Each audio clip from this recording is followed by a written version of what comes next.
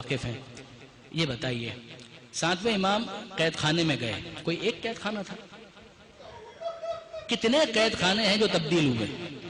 کتنے قید خانے جو تبدیل ہوئے؟ یہ بار بار قید خانے کیوں تبدیل کیے جاتے تھے؟ کبھی اس علاقے میں، کبھی اس علاقے میں، کبھی یہ داروغہ زندان ہے، کبھی وہ داروغہ زندان ہے۔ یہ چکر کیا ہے؟ یہ مسئلہ کیا ہے؟ یہ معاملہ کیا ہے؟ معاملہ یہ ہے، مسئلہ یہ ہے کہ جس زندان میں ساتویں امام چند دن رہتے ہیں، کچھ مہینے رہتے ہیں، چند دن رہتے ہیں، چند ہفتے، کہیں چند مہینے، جو داروغہ زندان ہے وہ منقلب ہو جاتا ہے، وہ منقلب ہو جاتا ہے، وہ ساتویں امام کے قدموں پر گر جاتا ہے، وہ ساتویں امام کا گرویدہ ہو جاتا ہے، اور بالآخر نوبت یہاں تک پہنچتی ہے کہ وہ حاکم کو یہ پیغام دے دیتا ہے کہ کم سے کم میرے بس میں نہیں ہے کہ میں اس شخص کو مزید زندان میں رکھ سکوں۔ اگر یہ حکم آ جائے کہ اس کو قتل کر دو، وہ قتل کرنے کے لیے تیار نہیں ہوتا۔ یہ کیا انقلاب ہے؟ آپ نے بالکل صحیح سنا کہ مولا پہ انتہائی اسیری گزر گئی، زندان میں جوانی اور پیری گزر گئی، 14 برس، یہ معمولی مدت تو نہیں ہے، یہ کم مدت تو نہیں ہے، مگر ان 14 برسوں کے اندر کیا امام کار امامت سے غفلت کر سکتے ہیں؟ مسلسل کار امامت جاری ہے۔ حد یہ ہے کہ آخر میں صفاق ترین سندی بن شاہک کہ جس کے قید خانے میں بالآخر امام کی شہادت ہوئی ہے، اس قید خانے میں بھی ذیشان حیدر جوادی صاحب نے نقوش عصمت ہی کے اندر اس کی تصریح کیا، ایکسپلیسٹلی اس کو لکھا ہے کہ سندی بن شاہک خود قاتل ہے، مگر اس کے خاندان میں بھی محبان اہل بیت کا ایک پورا گروہ پیدا ہو گیا جو ساتویں امام کے کردار سے متاثر ہوا تھا۔ Actions speak louder than voice. انسان عمل کے ذریعے سے جو تبلیغ کر سکتا ہے وہ الفاظ کے ذریعے سے بھی ممکن نہیں ہے۔ امام کا عمل تو سامنے ہے، جو آپ نے سنا، یہ رات دن کیا کرتا ہے؟ پروردگار سے راز و نیاز، سجدے میں ہے تو پروردگار عالم کو مخاطب کرتا ہے، جس کے یہ جملے ہوں کہ اے پروردگار، دنیا کے شور میں تجھ سے مناجات کی اس طرح سے فرصت نہیں ملتی تھی، یہ کتنا اچھا ہو گیا کہ اس قید خانے میں تجھ سے مناجات کا موقع مل رہا ہے۔ یہ کیا کیفیت ہے؟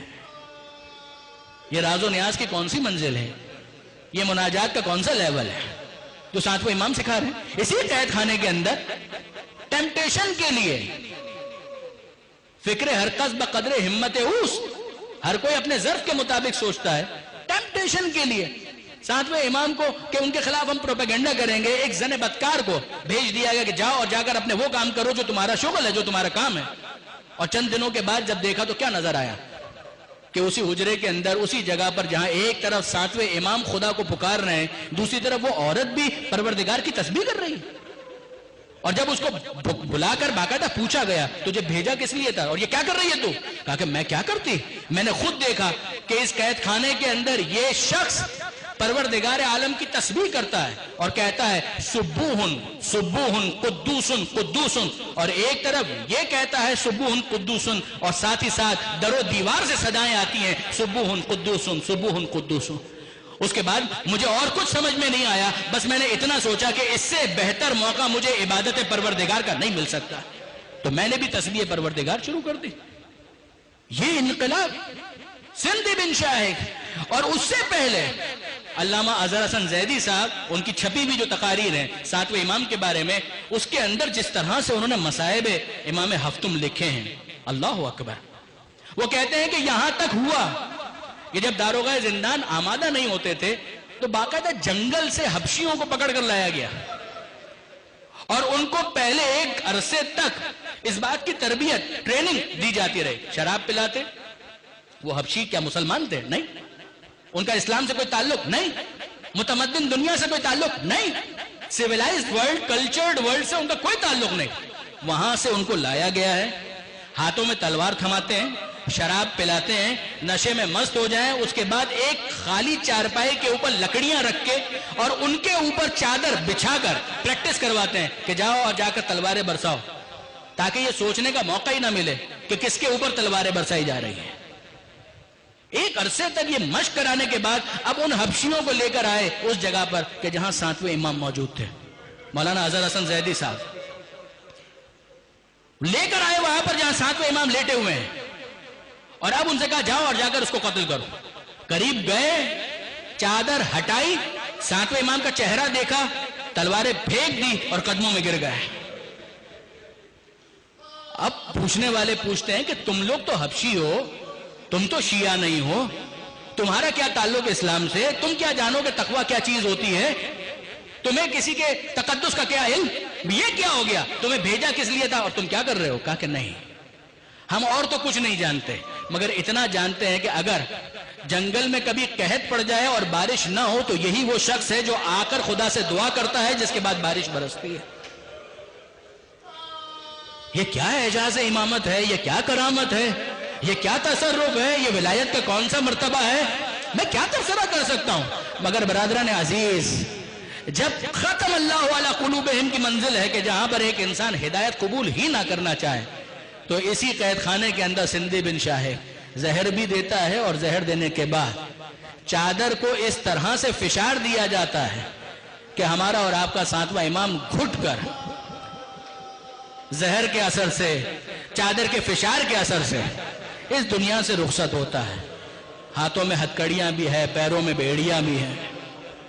ساتویں امام شہید ہو گئے, ساتویں امام کی شہادت ہو گئی, اور اب ہارون کی طرف سے حکم یہ ہے کہ لے جاؤ اس کے جنازے کو اور ڈال دو دجلہ کے پل پر, تاکہ ہم یہ پروپیگنڈا کر دیں کہ یہ رات میں بھاگ رہا تھا اور ادھر ادھر کی سواریاں آئیں اور ان کے زیر اثر, ان کے پیروں تلے یہ کچل کر ہلاک ہو گیا. دجلہ کے اوپر, پل کے اوپر ساتویں امام کا جنازہ اس طرح سے پڑا ہوا ہے کہ ہتکڑیاں اور بیڑیاں موجود ہیں, مگر کیفیت کیا ہے برادران عزیز؟ کیفیت یہ ہے کہ جو سواریاں ہیں, ادھر کی سواریاں رک چکی ہیں, آگے نہیں بڑھتی, ادھر کی سواریاں ٹھہر چکی ہیں, آگے نہیں بڑھتی. یہ یہاں کی کیفیت ہے, اور اس لوہار کے گھر پر کوئی دستک دے رہا ہے. وہ لوہار کہ جس نے منت مانی تھی کہ اگر خدا نے مجھے اولاد دی تو میں اولاد زہرا میں سے کسی کے ساتھ کوئی نیکی کروں گا, اس کی منت پوری ہو چکی ہے, اور وہ مناسب موقع کا انتظار کر رہا ہے کہ کب مناسب موقع آئے اور میں فاطمہ زہرا کے کسی بیٹے کے ساتھ کوئی نیکی کا سلوک کروں. دستک ہوئی, اس نے دروازہ کھولا تو دیکھا کہ ایک نقاب پوش خاتون کھڑی ہے, اور وہ کہہ رہی ہے کہ اے بندے خدا, تو نے منت مانی تھی, تیری منت پوری ہو گئی, اور تو اولاد زہرا کے ساتھ نیکی کرنا چاہتا ہے. کہا کہ ہاں. کہا آ جا, تیری منت کے پورا ہونے کا وقت آ گیا. کہا بیوی میں چلتا تو ہوں, مگر آپ کون ہے؟ کہا جس کی اولاد کے ساتھ تو نے نیکی کی منت مانی تھی, میں وہی فاطمہ زہرا ہوں. چہرے کو جھکایا, بیوی کے پیچھے پیچھے چلا, بیوی نے رہنمائی کی, اور دریائے فرات دجلہ کے اس پل کے اوپر وہ پہنچا. بیوی نے کہا کہ جا کر میرے اس بیٹے کی ہتکڑیاں اور بیڑیوں کو کاٹ دے.